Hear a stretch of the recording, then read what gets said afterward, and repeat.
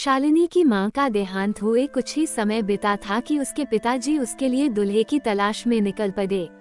शालिनी के एक करीबी रिश्तेदार ने एक लड़का उनको बताया शालिनी की शादी के लिए। अब शालिनी के पिता ने उस लड़के और उसके परिवार की कोई खोज खबर नहीं करी, बस तुरंत रिश्ता तय कर दिया और कुछ समय बाद उसकी शादी भी कर दी गई। शालिनी बहुत भोली भाली लड़की थी। अब शादी के बाद शालिनी डोली में बैठकर ससुराल पहुंची। वहां उसका कोई खास धूमधाम से स्वागत नहीं किया गया। शालिनी को ससुराल में कदम रखते ही उसके जीवन में दुखों का पहाड़ टूट पड़ा। जैसे ही शालिनी के पति ने घर में कदम रखा, गठजोड़ी को फेंक कर अपने रिश्तेदारों व दोस्तों के पास चला गया। शालिनी के पति का नाम सतीश था। सतीश की एक चाची बेचारी शालिनी को एक कमरे में ले गई, वहां उसे बैठा दिया। दोपहर को 1 से 2 बजे वह डोली ससुराल पहुंची थी। अब शाम के 8 बज चुके थे, सर्ज विदा हो गया था, चंदा का आगमन हुआ। शालिनी को किसी ने पानी तक नहीं पूछा, न ही कोई उसके पास आकर बैठा। बेचारी शर्माई घबराई सी चुपचाप कमरे के बाहर देखती रही। रिश्तेदारों की विदाई हो रही थी, कई रिश्तेदार अभी रुक गए थे, कुछ रवाना हो गए थे। अब फोटोग्राफर आया, उसने कहा मुझे दुल्हन के कुछ फोटोग्राफ निकालने हैं, आप दुल्हन को तैयार कर दीजिए। तब शालिनी की बड़ी नंद आई और उसको तैयार होने के लिए बोल गई। तभी शालिनी की सास ने उस कमरे में प्रवेश किया और अपनी बेटी को संबोधन करके कहने लगी, इस बड़े बाप की बेटी से कह दे इसका मेरे घर में कोई काम नहीं, क्योंकि इसके पिता ने हमें लाखों रुपए दहेज में नहीं दिए। इसे मेरे घर में रहना है तो अपने अमीर बाप से लाखों रुपए ला कर दे देगी। उन रुपयों से हम मेडिकल स्टोर खोल देंगे शालिनी के देवर के लिए। शालिनी मन ही मन बहुत डर गई थी। बेचारी सोच रही थी ये सब क्या हो रहा है। एक तरफ उसका पति सतीश अभी तक उसके पास नहीं आया था। कुछ छटपटा लग रहा था उसे, मगर वह करती भी तो क्या। चुपचाप तैयार होकर बैठ गई। फोटोग्राफर ने कुछ फोटो निकाले। अब उस फोटोग्राफर ने सतीश को भी बुला लिया था। सतीश अनमने मन से बैठा, एक आधी फोटो निकलवाए और फिर उठकर वापस अपने रिश्तेदारों की महफिल में जा बैठा। अब दुल्हन को सुहाग सेज पर ले जाया गया। काफी देर बाद शालिनी की नंद पकाकर सतीश को कमरे में लाई। कमरे में आकर सतीश चुपचाप बेड पर आकर लेट गया, शालिनी से कुछ नहीं बोला। शालिनी सब कुछ देख रही थी।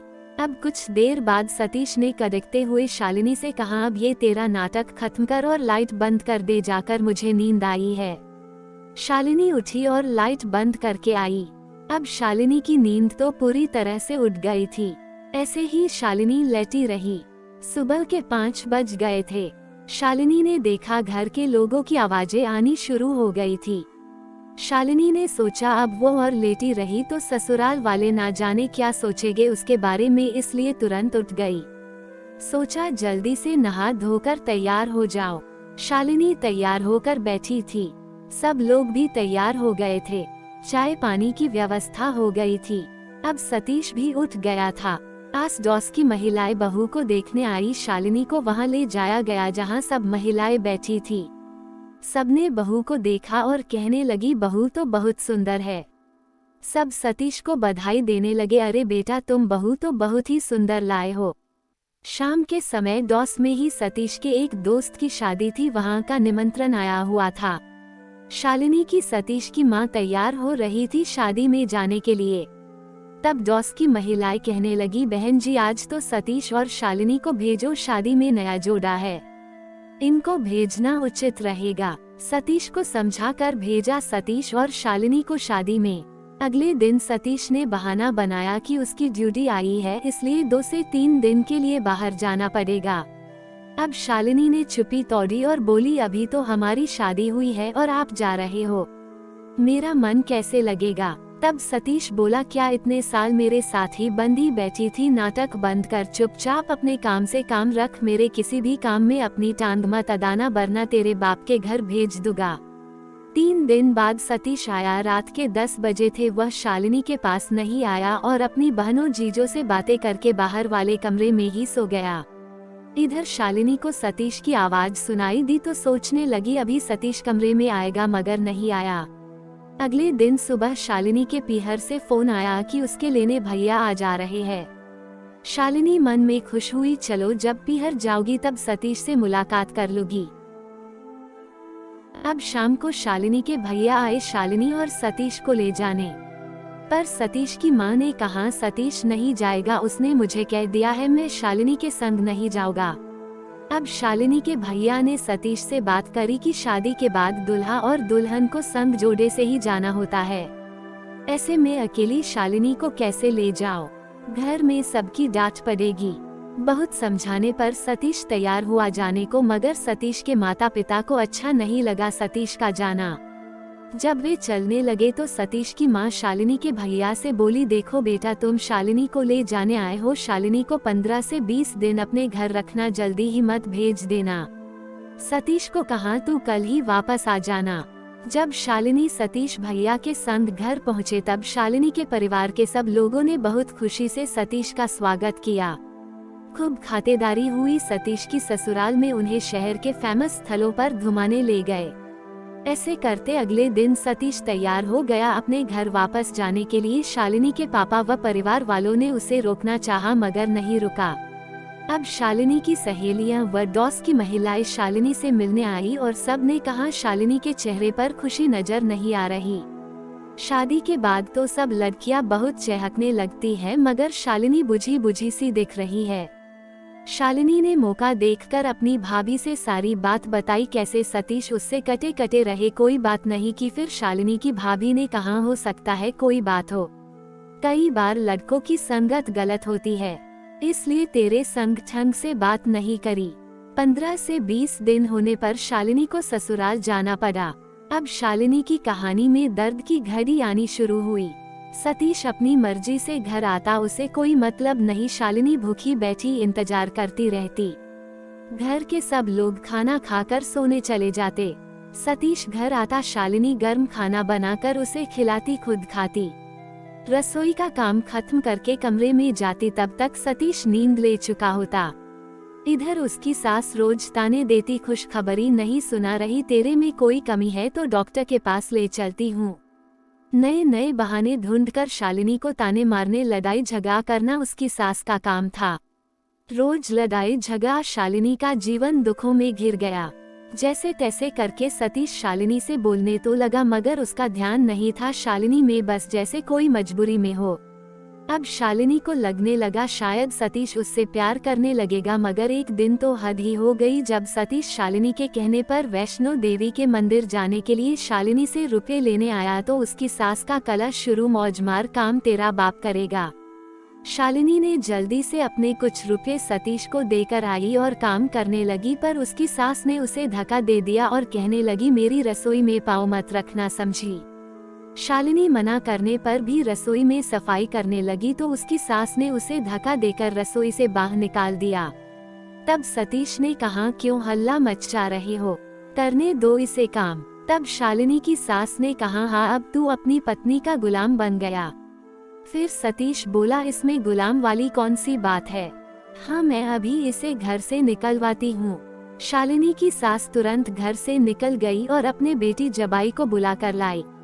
शालिनी की नंद नंदोई ने आकर सतीश को एक कमरे में ले गए और कमरे में सतीश, उसकी माँ, बहन और जीजी चारों जने शालिनी को कमरे में नहीं जाने दिया, कमरे को अंदर से बंद कर लिया। अब शालिनी को तो कुछ भी समझ नहीं आ रहा था कि क्या हो गया। वह मन ही मन बहुत घबरा रही थी। 2 घंटे बाद शालिनी की सास कमरे से बाहर निकलकर आई और शालिनी से बोली, जल्दी से सबके लिए खाना बना दे। अब शालिनी खाना बनाने लगी। खाना बनकर तैयार हो गया, मगर अभी भी सब कमरे के अंदर बैठे थे। कमरा अंदर से बंद था। लगता है कमरे में मीटिंग चल रही है। लगभग 4 घंटे बाद कमरा खुला, अंदर से सब बाहर आए, मगर सतीश बाहर नहीं आया था। शालिनी जल्दी से सबके लिए खाना परोसने लगी। सतीश को उसकी बहन बुलाने गई, तब सतीश आया। सबने खाना खा लिया। शालिनी सबके झूठे बर्तन उठाकर साफ करने रसोई में चली गई। जब वह रसोई का सारा काम खत्म करके सतीश के कपड़े प्रेस करने लगी। जब शालिनी सतीश के कपड़े प्रेस कर रही थी तब सतीश आया और शालिनी को घसीटते हुए बाहर आंगन में ले आया और बोला, उठा अपने कपड़े और जल्दी से पैक कर ले, तुझे तेरे बाप के घर छोड़कर आता हूँ। शालिनी डर के मारे रोने लगी। अब सतीश की बहन ने सतीश को समझा, ऐसे करेगा तो इसका बाप तलाक दिला देगा और दहेज सारा वापस लौटाना पड़ेगा। इसे युक्ति लगाकर निकलना पड़ेगा। अभी रुक, थोड़ा समय मौका देखकर इसे निकालेंगे, तब सब इसे ही गलत कहेंगे। अब सतीश के दोस्त अपनी पत्नी सहित मिलने आया। उसके सामने सभी नायकिया ढंग से पेश आए। शालिनी से भी सतीश बहुत प्यार से बोलने लगा। सतीश शालिनी को कहने लगा, देख भाग्यवान, तुझसे मिलने को कौन आए है। प्यार से शालिनी का हाथ पकड़कर उसे कमरे में लाया और उसे अपने मित्र फैमिली के पास बैठाया। सतीश अपनी माँ से बोला, मम्मी इन सब के लिए नाश्ता ले आओ। सब नाटक चलता रहा जब तक सतीश के मित्र घर पर रहे। अब वो दिन आया जिस दिन की टिकट थी वैष्णो देवी के मंदिर जाने की। सतीश के मित्र भी अपनी पत्नी को संग ले आए थे संग जाने के लिए। सतीश, शालिनी और सतीश के मित्रगण सब निकले यात्रा पर। यात्रा में सबने दर्शन किए। वापस लौटते समय कुछ दूर चलते ही सतीश के मित्र कहने लगे, हम आगे चलते हैं, तुम आराम से आते रहना, क्योंकि शालिनी के पाँव में सूजन आ गई थी। उससे चलना मुश्किल हो रहा था, वो धीरे धीरे चल रही थी। अभी 2-4 कदम ही उसके मित्र चले होंगे, तभी सतीश भी शालिनी को वहां बैठा कर कहने लगा, तुम यहाँ बैठो, मैं अभी आता हूँ। मुझे लग रहा है कि दोस्त को चक्कर आ गया है, उसे संभाल कर आता हूँ, तू कहीं मत जाना, यही बैठी रहना। सुबह 5-6 बजे की बैठी शालिनी 10 बज गए। इतने घंटे बीत गए मगर सतीश नहीं लौटा था। अब शालिनी को डर लगने लगा और वह डर कर वही बैठी बैठी रोने लगी। आने जाने वाले सभी लोग शालिनी को देख रहे थे कि क्यों रो रही है। फिर एक महिला ने हिम्मत करके शालिनी से पूछा, बेटी रो क्यों रही है, क्या तेरे साथ वाले तुझसे बिछड़ गए हैं। शालिनी ने रोते रोते बोला, हाँ मेरे पति मुझे यहाँ बैठा कर गए थे, बोल कर गए थे यही बैठी रहना, कहीं जाना मत, मैं उनके इंतजार में यही बैठी हूँ, पर वो अभी तक लौटे नहीं है और मेरे पास घर वापस जाने के लिए रुपये भी नहीं है। अब मैं कहाँ जाऊंगी, जिस होटल में ठहरे थे उसका अता पता भी नहीं मालूम। फिर उस महिला ने हिम्मत बंधाई और बोली, बेटी डर मत, यह माता का दरबार है, यहाँ किसी का बुरा नहीं होता। हो सकता है तुम्हारे पति सांझी छत में कमरे में आराम कर रहे होंगे। सांझी छत यहाँ से थोड़ी ही दूरी पर है, वहाँ जाकर तुम जो कमरे बने हैं उनमें देखना, माता रानी की कृपा से तुम्हें तुम्हारे पति मिल जाएंगे। शालिनी ने हिम्मत करी और धीरे धीरे सांझी छत की तरफ चल पड़ी। कैसे तैसे करके वह सांझी छत पहुंची। वहां वह थोड़ी देर बैठकर आराम किया और हर आने जाने वाले को गौर से देखने लगी, कहीं शायद उसके पति तो नहीं हो इनसे।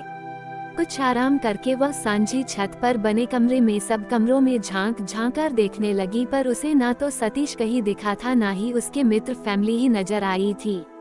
अब शालिनी बेचारी रोती रोती आगे चलने लगी और सोचने लगी, अब कहाँ जाऊँ, घर कैसे पहुँचूं। फिर उसको याद आया, पापा के दिए गहने तो उसने पहन रखे हैं, इन्हें बेचकर घर लौट जाऊंगी। अब उसको चलते कुछ समय ही हुआ होगा कि उसे एक लड़की जो लगभग 18-20 साल की होगी, वह शालिनी के संग संग चलने लगी। चलते चलते दोनों ने एक दूसरे को देखा और बातें करने लगे। शालिनी ने उससे पूछा, तुम अकेले कैसे आई, तुम्हारे संग और कोई नहीं। तब वो लड़की बोली है, ना मेरा सारा परिवार है मेरे संग। फिर शालिनी ने पूछा, तो तुम अकेली कैसे आई। तब वो लड़की बोली, मेरे मम्मी पापा भैया भाभी सब लंगर खाने गए हुए हैं अर्धकुंवारी में। तो शालिनी ने पूछा, फिर तुम नहीं गई खाने लंगर। वह लड़की बोली, मैंने तो कभी खा लिया था, लंगर जब बना था तभी खा लिया था, पर लाइन बहुत बड़ी थी इसलिए भैया भाभी का नंबर नहीं आया, वे अब खा कर फिर आ जाएंगे।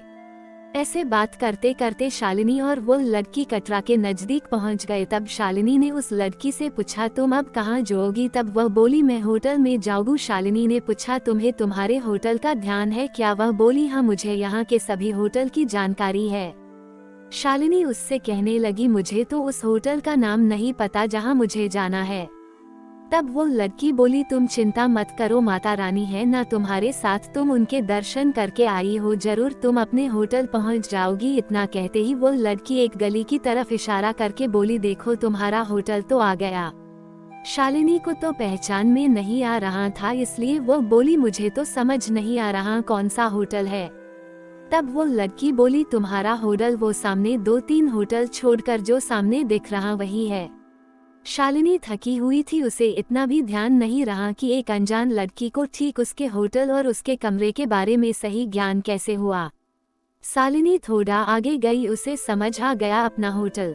फिर उसकी समझ में कुछ आया, उस लड़की की तरफ देखा, पता नहीं वो लड़की कहाँ गायब हो गई। शालिनी ने होटल वाले से कमरे की चाबी मांगी। होटल वाले ने कहा, ऊपर आपके कमरे में गेस्ट नहाने धोने के लिए भेजे हैं, आपका कमरा खुला है, चले जाओ वहाँ पहुँच शालिनी ने देखा उस कमरे में कुछ लोग तैयार हो रहे थे। काफी समय लगा उनको तैयार होकर नाश्ता पानी करने में। जब वे सब चले गए तो शालिनी कमरे को बेद करके सो गई। रोते रोते उसे कब नींद आ गई पता ही नहीं चला। शाम को एक लड़के ने आकर जोर से दरवाजा खटखटाया, बोला, मैडम आपसे कोई मिलने आया है। शालिनी ने सोचा किसी और का मेहमान होगा, उससे मिलने कौन आएगा। तभी कमरे की खिड़की से सतीश ने झांकते हुए कहा, दरवाजा खोल। शालिनी खड़ी होकर दरवाजा खोलकर आई। तब सतीश बेड पर आकर लेट गया। दोनों चुपचाप लेटे रहे। फिर एक महिला आई और शालिनी से बात करने लगी। अब होटल वाला लड़का आया और बोला, साहब कमरा खाली करना है तो अभी कर दो, हमारे कस्टमर आए हुए हैं। सतीश ने कुछ दूरी पर एक कमरा देखकर वहां शिफ्ट कर लिया। रात को शालिनी और सतीश खाना खाने गए और लौटकर कमरे में आकर सो गए। सुबह सतीश के मित्र आए, फिर सब मिलकर बाजार गए, खाना खाया, थोड़ा बहुत सामान खरीदा। रात को रेलगाड़ी पर सवार हो वापस घर लौट गए। अब वैष्णो देवी से लौटे नहीं कुछ ही दिन हुए थे कि बहुत बड़ी लड़ाई हुई, जिसमें शालिनी के परिवार वालों को बुलाया गया और योजना के तहत जो भी पहले से सोच कर प्लानिंग के अनुसार शालिनी की ना जाने क्या क्या कमियां बताई जाने लगी। शालिनी को घर से निकालने की पूरी तैयारी थी।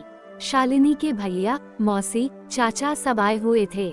शालिनी को एक कमरे में बैठाकर उसके रिश्तेदारों को दूसरे कमरे में ले जाकर मनगढ़ंत वाले बताने लगे। मसलन शालिनी ने यह किया, शालिनी ने वो किया। तब सतीश शालिनी को बुलाकर दूर एक कमरे में ले गया। वहाँ पीछे पीछे सतीश के पिता भी आए और कमरे में आकर बोले, तेरे शरीर पर जितने भी गहने हैं तब उतार कर यहाँ मेज पर रख दे। पर शालिनी कहने लगी, क्यों, कोई बात हुई है क्या? इतने में सतीश गुस्से से शालिनी से बोला, तेरे को एक बार बोला समझ नहीं आता, चुपचाप रख दे तेरे सारे गहने उतार कर। तब शालिनी ने वे गहने उतार कर मेज पर रख दिए, पर शालिनी को यह समझ नहीं आया क्यों उतवाए गहने, जबकि ये सारे गहने शालिनी के पिता ने दिए थे शालिनी को।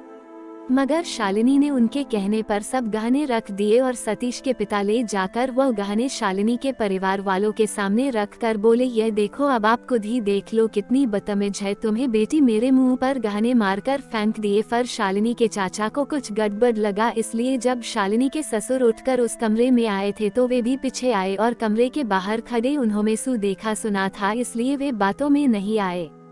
फिर दिन भर की बहस के बाद शालिनी के रिश्तेदारों ने कहा, ठीक है, अभी तुम्हारे घर का माहौल गरमाया हुआ है, इसलिए शालिनी को कुछ दिनों के लिए पीहर भेज दो।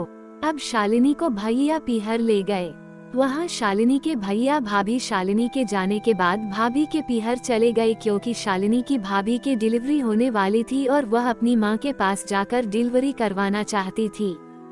इधर शालिनी की तबीयत एकदम से खराब हो गई थी, आंखें बुरी तरह से सूज गई थी, पूरे शरीर में सूजन होने लगी थी, तो शालिनी के पिता ने उसे अस्पताल में ले गए।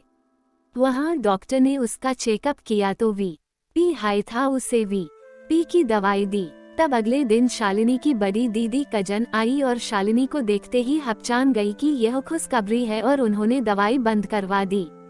इसके 3 से 4 दिन बाद ही सतीश वहां आया तो उसे इस खुशखबरी बताई।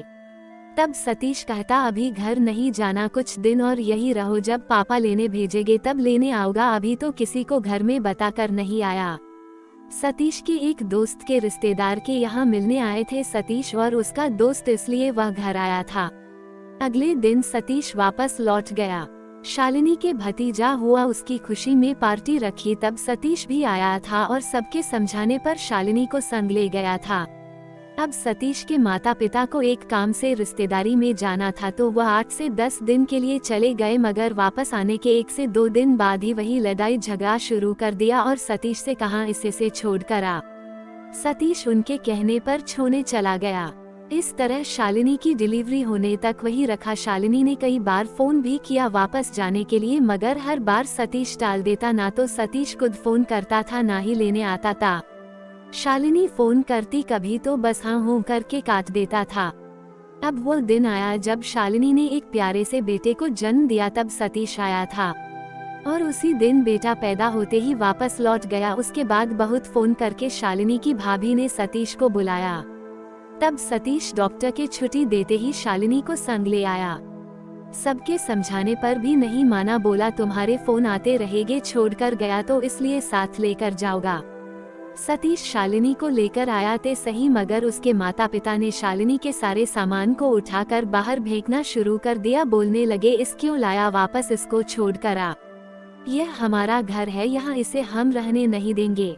सतीश ने बहुत समझाया कि मैं इसके परिवार बोलो से जीत करके संग लाया हूँ, ऐसे में वापस अभी ही छोड़ आऊँ, कुछ दिन रुको, मैं खुद छोड़ आऊंगा इसे हमेशा के लिए। मैं खुद इससे पीछा छुड़ाना चाहता हूँ, मुझे नहीं रखना इससे कोई रिश्ता।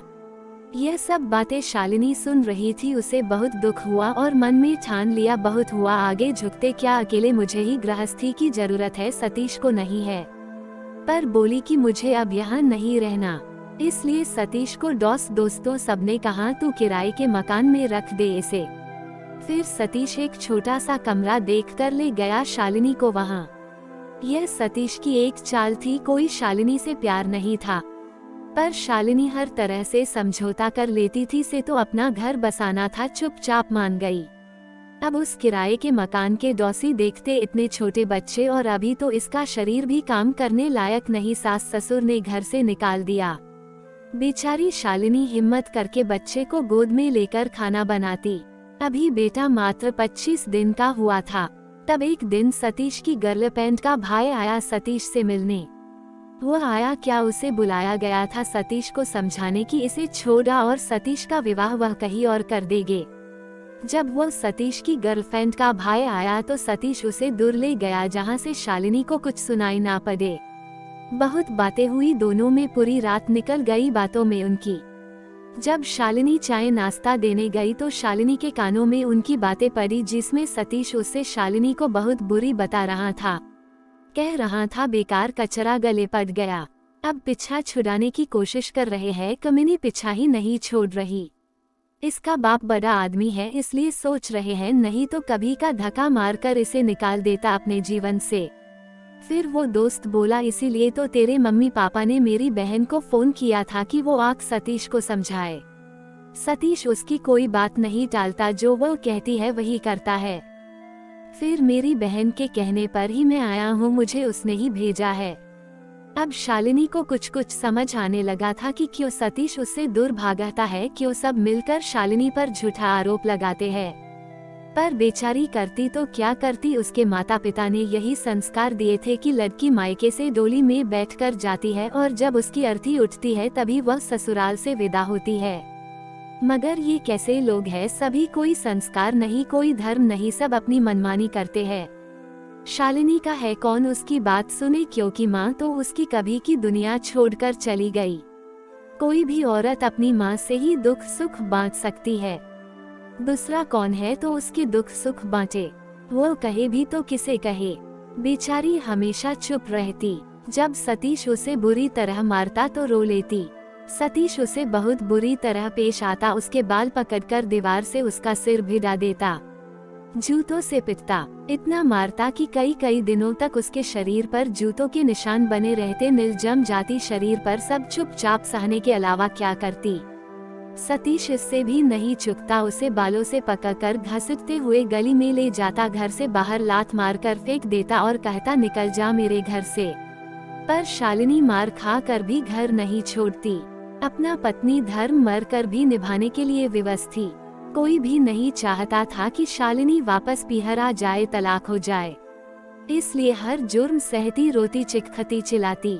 कभी आस डॉस के लोग छुड़ाने आते तो सतीश उस पर इल्जाम लगाते, पुरुष होता तो कहता यह रंडी इसके साथ नाजायज संबंध रखती है, इसलिए यह तो छुड़ाने आएगा। महिला होती तो कहता इसे तू ही ले जा अपने घर। ऐसी रोज की लड़ाई मारपीट के चलते बच्चे बड़ा होता रहा। बच्चे के मन में भी जहर घोला जाता, तेरी माँ बुरी है, इसके साथ मत रहा कर, नहीं तो तेरा जीवन खराब कर देगी, डायन है, खा जाएगी तुझे। अब बच्चे के मन में भी माँ से घृणा पैदा होने लगी थी। पर विधाता के लेख बेटे को एक असाध्य रोग ने घेर लिया, पिता के बुरे कर्मों को भोगने के लिए।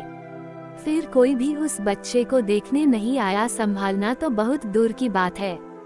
माँ तो माँ होती है। माँ अपने लाल के लिए भागती, डॉक्टरों के चक्कर लगाती, दवाई की लाइन में घंटों भूखी प्यासी कड़ी रहती, हर तरह से कोशिश करती कि बच्चा बच जाए। माँ की मेहनत रंग लाई, कुछ भगवान ने उसकी सुनी, फिर वह बच्चा उस असाध्य बीमारी से बाहर आने लगा। तब उसे एहसास हुआ, जिस माँ को मैं दूसरों के कहने पर गलत समझता था, वही मेरे लिए कितना भागी है। अब वह माँ की दिल से पूजा करने लगा। अब उसे माँ से दूर रहना बहुत बुरा लगने लगा। सतीश की छुपी दास्तान सब घिरे घिरे सबके सामने आने लगी। सबको पता चलने लगा कि सतीश शालिनी को क्यों मारता पीटता था। सतीश ने अपनी गर्लफ्रेंड से रिलेशन बनाए हुए थे, उसकी वजह से वह शालिनी को तंग करता था। आखिर वह दिन आ ही गया जब सतीश की गर्लफ्रेंड ने शादी के लिए मजबूर कर दिया। अब सतीश ने दवाइयों का सहारा लिया शालिनी को मारने के लिए। वो उसके खाने पीने के सामान में चोरी से केमिकल मिलाने लगा। उसका असर शालिनी पर होने लगा। शालिनी पूरा दिन बेहोश रहती, उसे होश ही नहीं रहता क्या समय हो गया। इससे भी शालिनी नहीं मरी तो अब उसने शालिनी को तलाक के लिए तंग करना शुरू कर दिया। घर सामान नहीं लाता, ना ही कोई खर्चा पानी घर पर देता। हार कर शालिनी को तलाक के लिए कदम उठाने पड़े। अब शालिनी और सतीश के रिश्ते की बलि का समय आ गया। जब शालिनी कोर्ट में पहुंची, सतीश बहुत खुश था। उसको लगा अब तलाक हो जाएगा तो उसे रोज चोरी चोरी रात बेरात अपनी गर्लफ्रेंड से मिलने नहीं जाना पड़ेगा। अब दोनों शादी के बंधन में बंध जाएंगे। इधर शालिनी भी अब हार चुकी थी, उसकी हिम्मत भी टूट चुकी थी, क्योंकि वह अकेली संघर्ष कर रही थी। उसे लगता था शायद कभी सतीश के मन में उसके लिए प्यार जाग जाएगा, तब वो खुद पछताएगा। मगर यह नहीं जानती थी कि सतीश का प्यार वो नहीं, उसकी गर्लफ्रेंड है। इस कहानी का अंत मुझे समझ नहीं आ रहा। शालिनी का तलाक के बाद जीवन कैसे गुजरेगा, क्या होगा। तलाक तो हो ही गया समझो, पर अंत समझ नहीं आया, इसलिए अभी यह कहानी अंतहीन है।